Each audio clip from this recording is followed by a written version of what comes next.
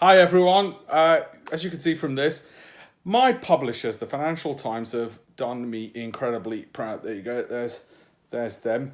I've just booked my flights to China, which this is my very first book, The Mind of a Trader, which was published so many years ago. And this is the Chinese translation, as you can see. And I'm going to be going to China for the first time since it's been translated and published into Mandarin all these years. It's been sitting on my desk, as I've got several others which were translated into Mandarin as well. It's been sitting on my desk and I thought it was Korean. Somebody's probably going to see this video and say, mate, that's not Chinese at all. Anyway, The Mind of a Trader, published by the Financial Times, written by me, Alpesh Patel, available in all good bookshops, both in English and Mandarin. Actually, if you really want it, in French, German, Russian, Spanish, and Thai as well.